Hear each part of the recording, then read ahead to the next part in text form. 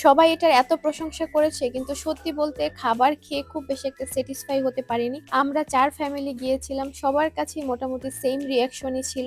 এটার যতগুলো review video দেখেছি সবাই খুব ভালো ভালো কমেন্ট করেছিল, যে কারণে সবাই খুব আশা নিয়েই গিয়েছিলাম। আচ্ছা, ওরা কাবাব দেয় বলছিল, টিক্কা টিক্কা দেয় না? আমি একটা দেখছি টিক্কা দেয় না,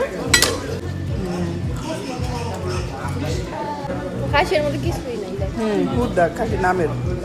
নামেও না। সত্যি বলতে খাবারের টেস্ট যে খুবই খারাপ সেটা না, মোটামুটি এভারেজ লেগেছে, কিন্তু তারা তুর্কি যে প্লেটারটা দাবি করছে সেইটার অ্যাকচুয়ালি টেস্টটা পাইনি, কারণ আমরা আরো অনেক রেস্টুরেন্টে খেয়েছি, সেখানে এর থেকে বেটার টেস্ট পেয়েছি। তার উপরে এখানে যে খাসিটা দিয়েছে এটা একদমই ড্রাই ছিল, তার সাথে কাবাবটাও ভালো লাগেনি, জুসিনেস ছিল না। এর সাথে এখানে তান্দুরি চিকেনও ছিল, যেটাও খুব বেশি একটা ফ্লেভারফুল ছিল না, একমাত্র গরুর মাংসের কারিটাই পারফেক্ট হয়েছে। তাছাড়া সবার খাবার টেস্ট এক না, তাই আমার কাছে যেমন লেগেছে আপনাদের কাছেও যে ঠিক তেমনই লাগবে বিষয়টা তা না। যারা কম্বো রেস্টুরেন্টে খেয়েছেন তারা অবশ্যই আপনাদের অভিজ্ঞতা আমার সাথে শেয়ার করবেন, আপনাদের কাছে কেমন লেগেছে। তো এই ফুল 4 জনের প্লেটার প্রাইস ছিল 40 ইউরো।